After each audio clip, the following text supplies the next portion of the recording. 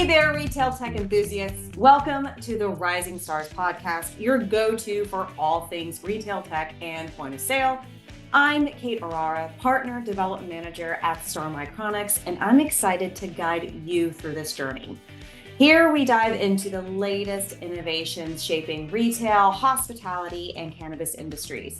So whether you're a techie or a business owner, this is your backstage pass to insider knowledge. Join me and the Star Micronics team as we innovate and rise together.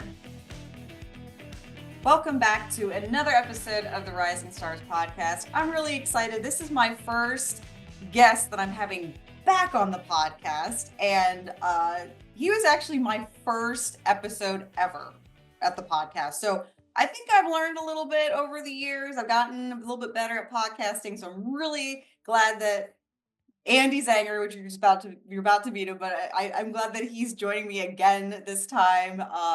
And I think it's going to be a really good episode. We have a really great topic. We are doing a preview for NRF 2025, which I can't believe it's almost here. And honestly, who better to talk about it than Andy, because he is so immersed in the retail space. So without further ado, this is Andy Szanger. How are you today, Andy? I'm doing great. Thanks for having me back. And I'm really glad to hear that my first appearance didn't get your show canceled. That you were able to keep going. So that's great to hear. But it's great to see you and great to be back. I don't know if that's credit to you or credit to me or whatever, but I'll take it. So I'm happy to have you on here. And Andy, if you wouldn't mind, there's some people that are probably meeting you for the first time. Could you tell everybody a little bit about yourself, your experience, and what you do? Yeah, and sure. And to be clear, I'm sure I would give the credit all to you. I think if it without a doubt, if the credit goes to you, I was just glad that I didn't cause you to fail. So no doubt.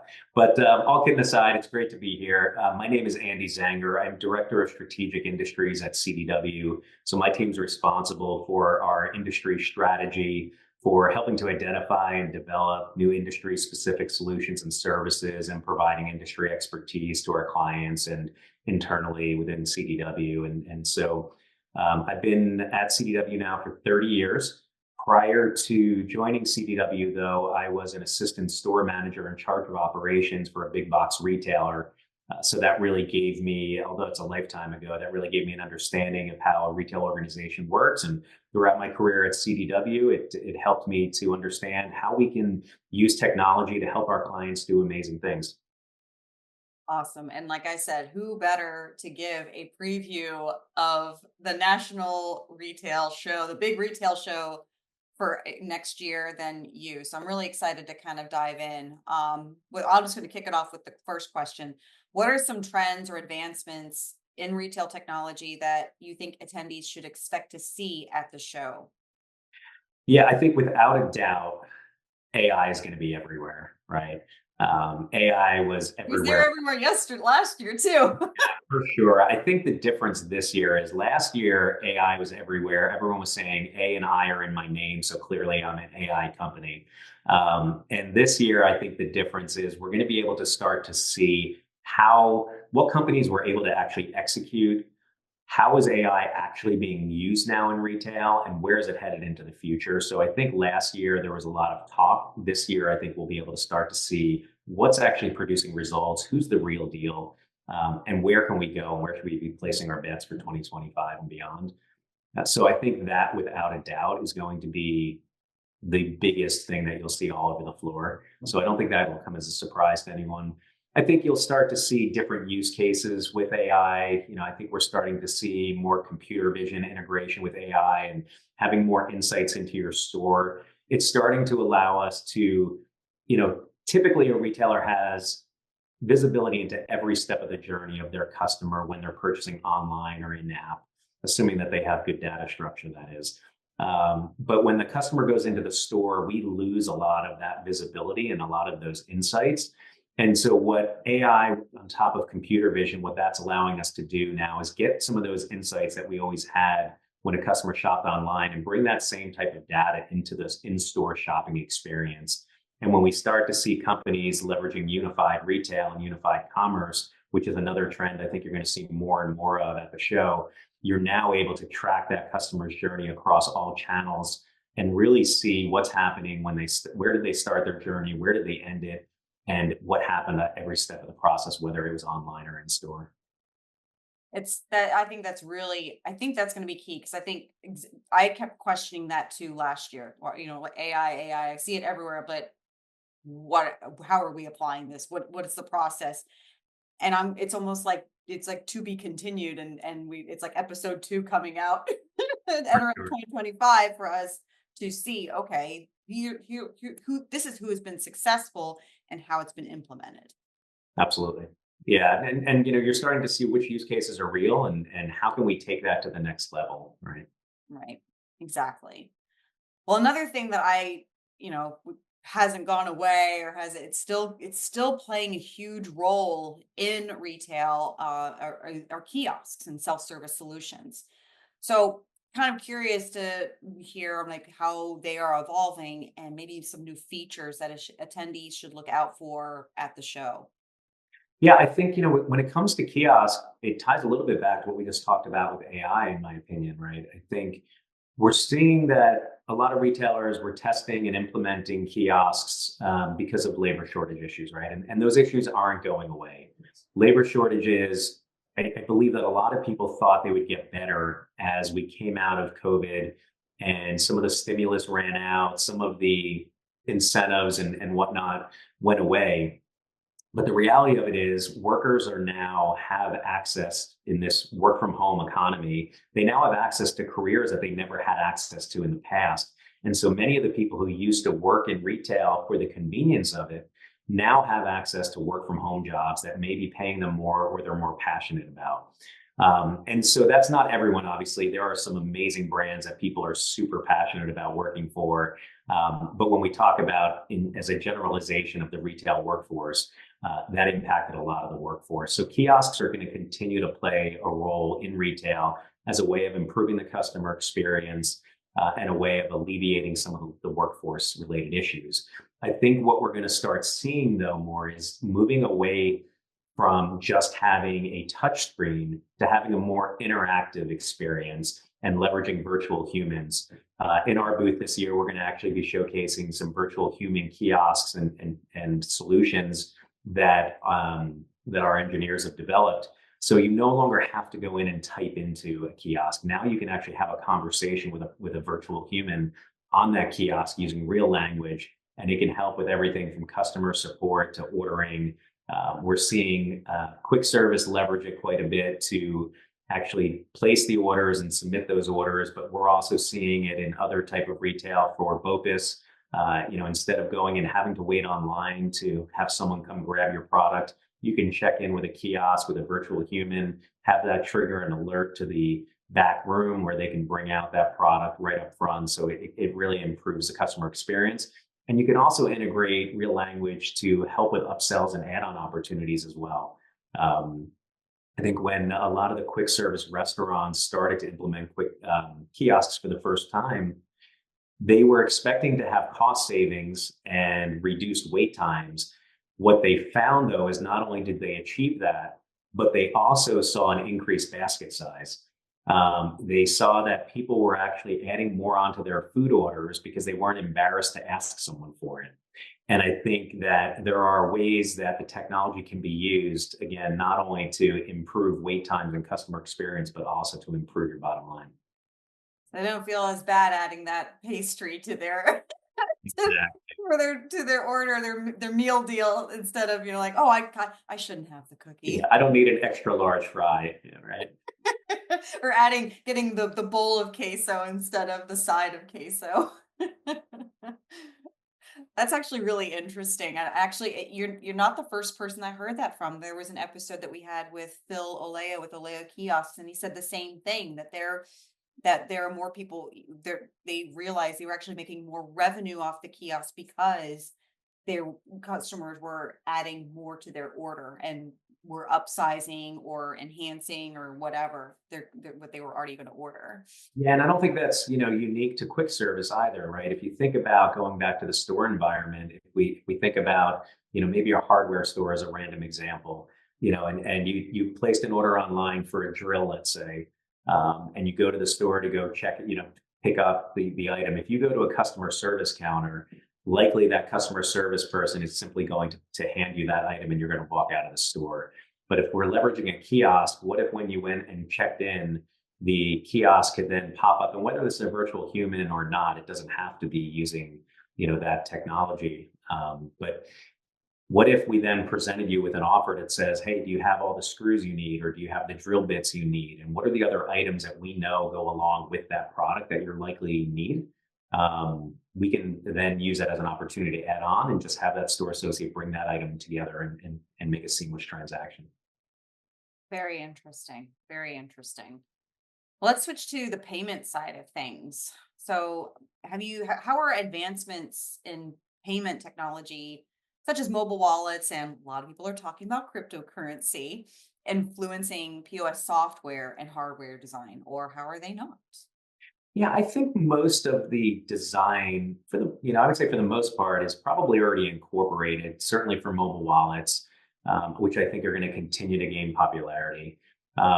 As far as cryptocurrency is concerned, I think people are looking at it and integrating it. I don't think that we're going to see a major movement in the very near future to moving over to using cryptocurrency for payments, to buy your pair of jeans or your groceries.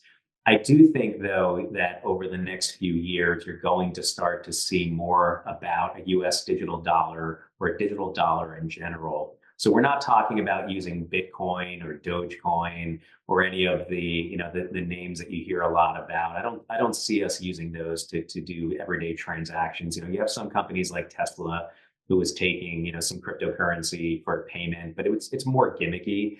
But we will see a movement towards a digital dollar.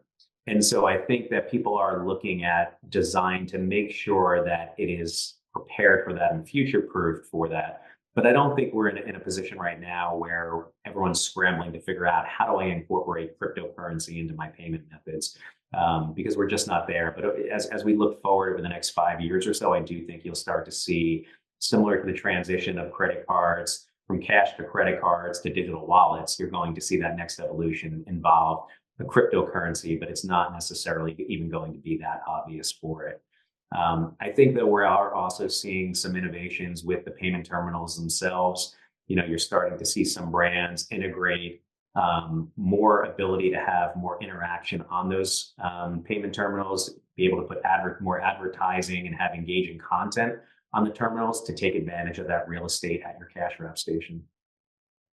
I will say I was probably one of I recently just put my credit card on my mobile wallet begrudgingly, but I will say now I'm kind of like, oh, this is easy. I don't have to carry my person everywhere, and I have my phone with me. I don't have my wallet in my car, but it's just easier to just do the checkout when I have it with me and not have to deal with it.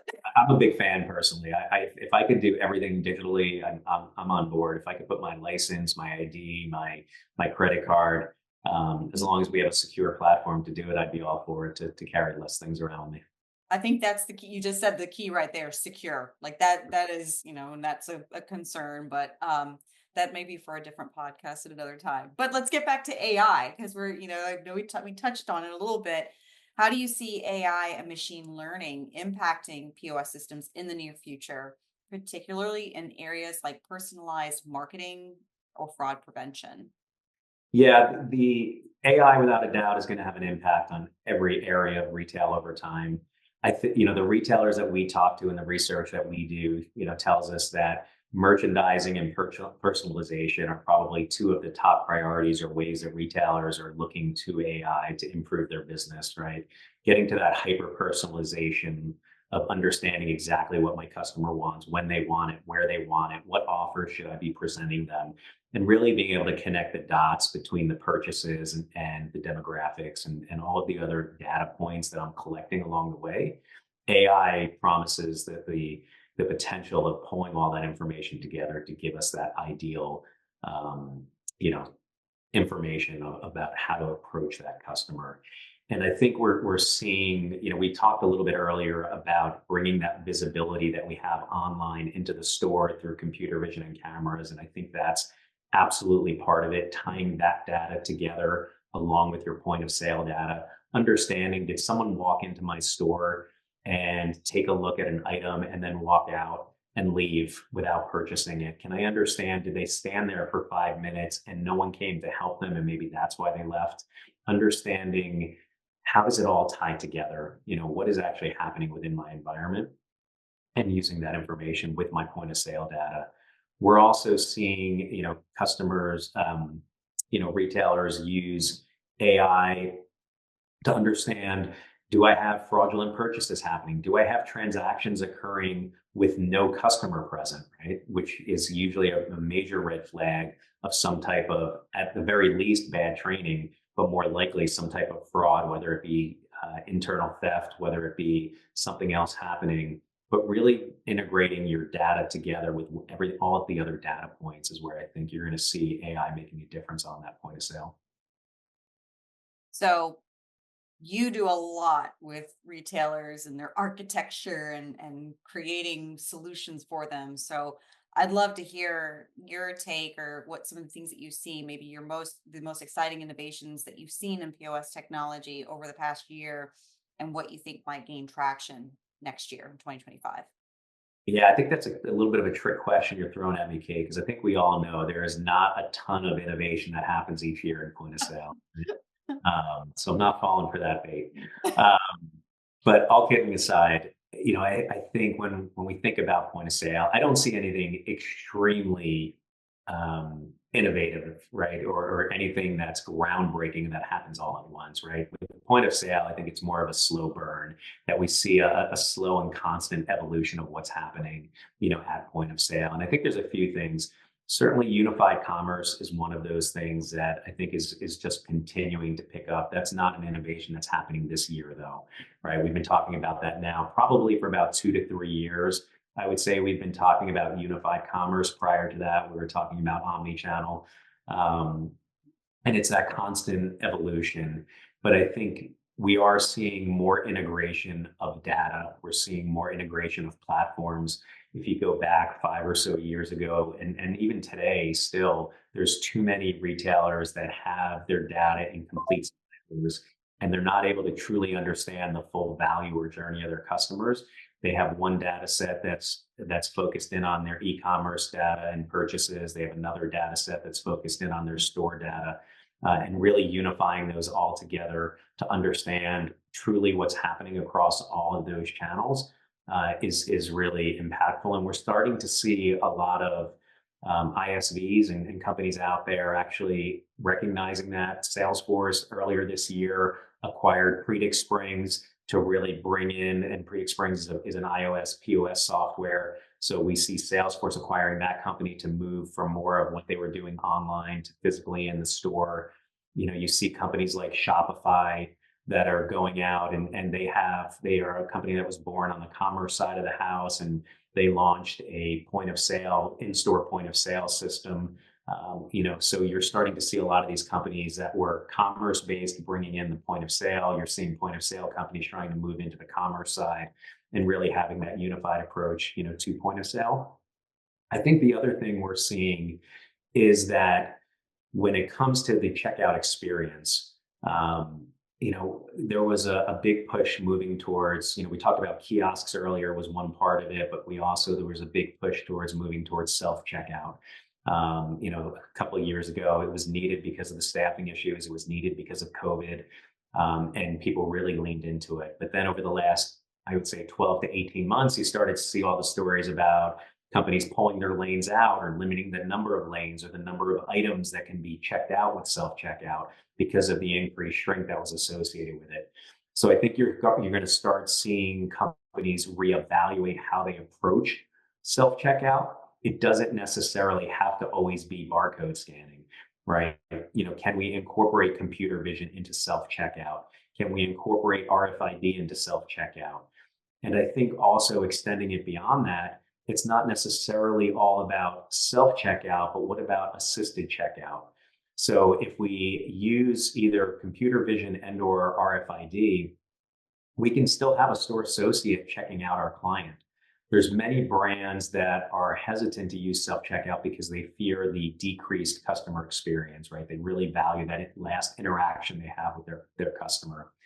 And so if we implement something like RFID for checkout for the cashier or the store associate, we can now improve that experience without having to go to self checkout. We can still speed up that checkout experience. So if you think about an experience where Kate, maybe you're going to a makeup store or a clothing store, and you think about the process that they go through. If we use the makeup one as an example, you bring up a bunch of items, typically that are probably small packages with very small barcodes that are hard to scan in some cases.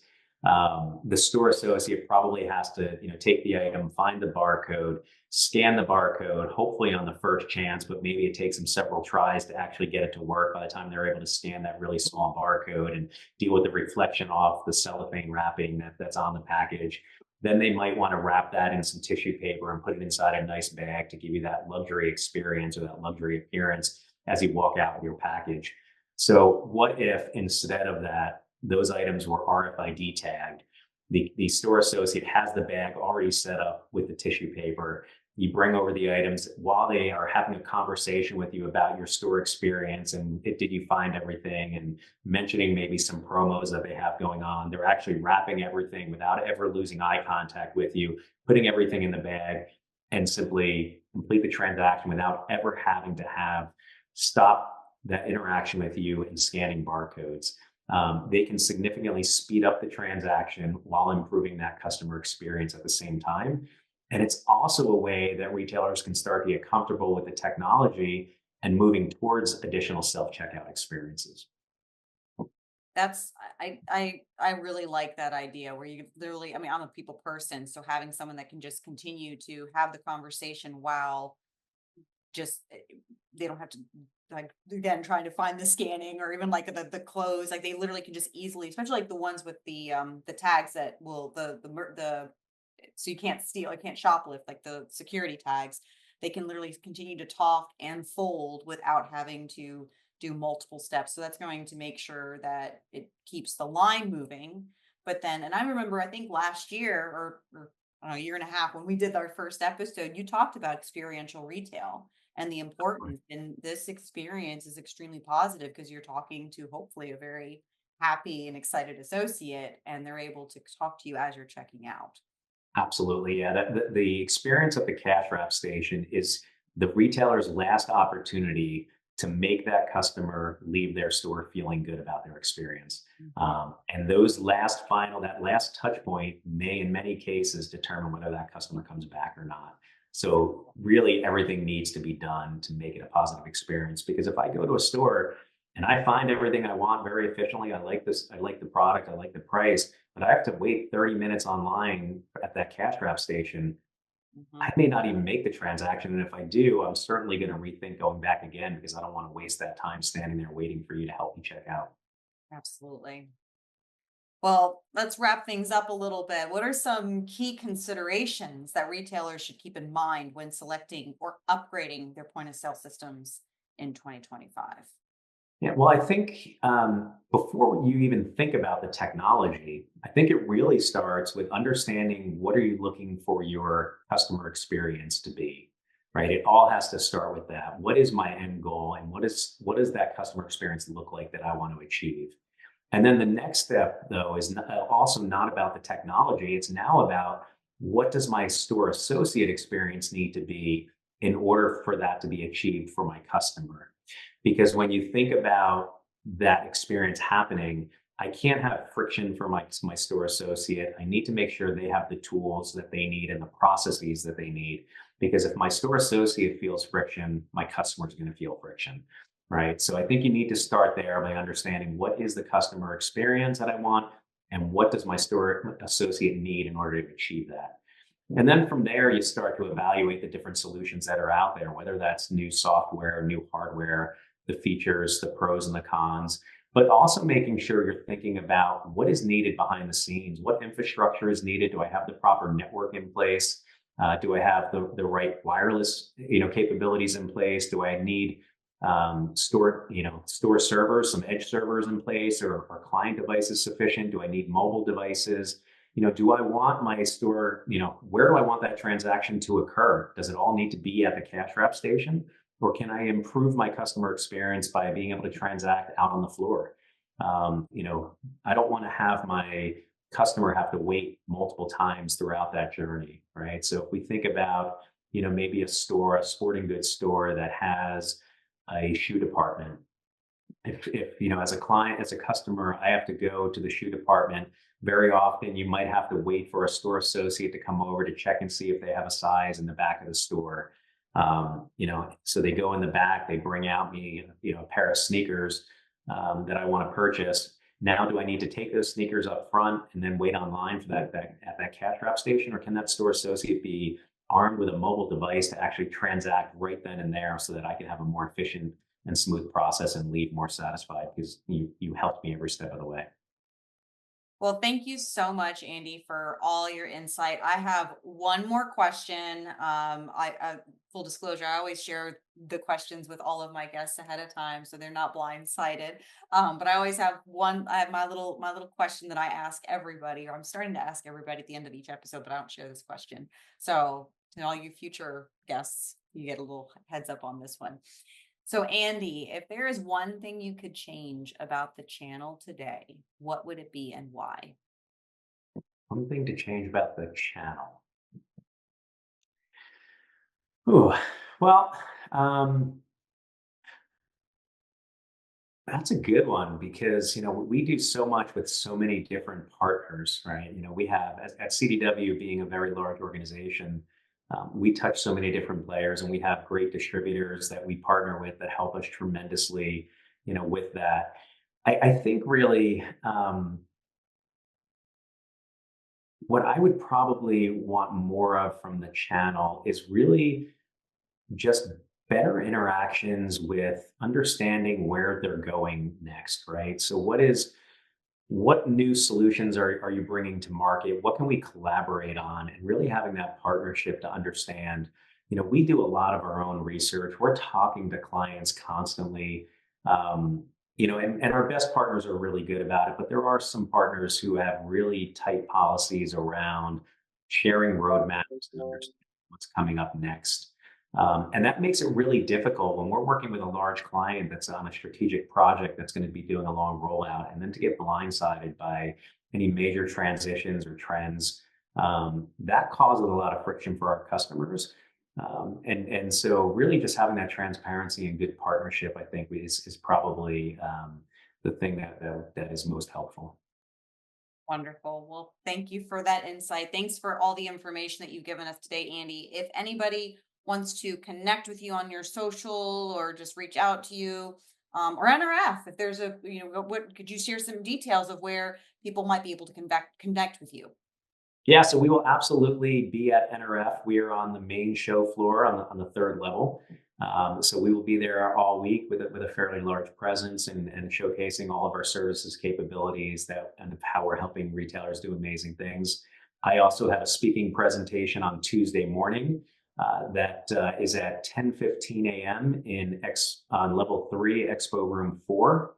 I'll be presenting along with Gina Cox on my team, CDW's Senior Industry Advisor for Retail. And we'll also be joined by NVIDIA's Director of Retail, Ran Hugh, as well as the Director of Retail Operations for Estee Lauder, Gareth Hughes. So really looking forward to that session. So I'd love to have everyone come join us there if you're watching this before NRF takes place.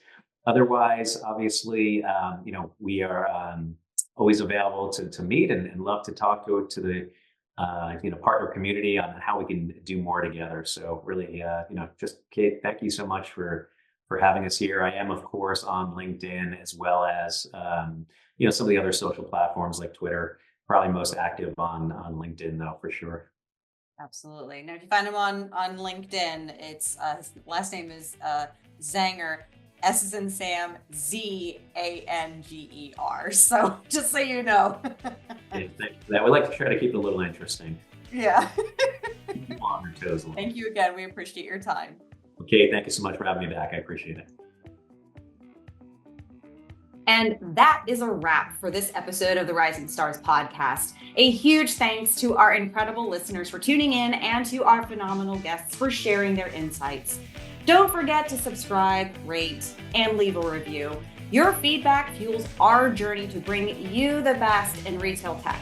Stay connected with us on social media for updates and behind-the-scenes content.